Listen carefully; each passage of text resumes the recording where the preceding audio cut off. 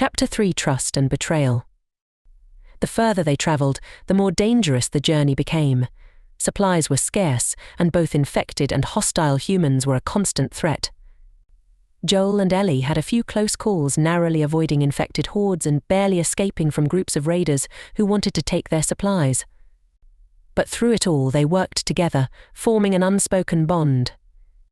One day they encountered a group of survivors living in an old military compound. The group's leader, a man named David, welcomed them with open arms, offering food, shelter, and a place to rest. Joel was suspicious from the start.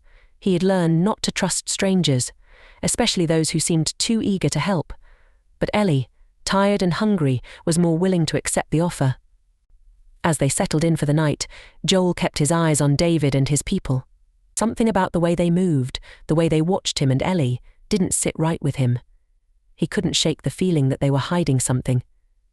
It wasn't long before his suspicions were confirmed. In the middle of the night, Joel overheard a conversation between David and one of his men. They were planning to kill him and take Ellie. The group had been hunting people like them, desperate survivors, alone and vulnerable for weeks, using them for food and supplies. Joel didn't hesitate. He woke Ellie and together they fled the compound, barely escaping with their lives. David and his men pursued them through the night, but Joel was relentless in his determination to protect Ellie. When they finally reached a safe distance, Joel collapsed from exhaustion, his body pushed to its limits. "I told you," Joel said, breathing heavily. "You can't trust anyone." Ellie looked at him, her expression unreadable. "Except you, right?"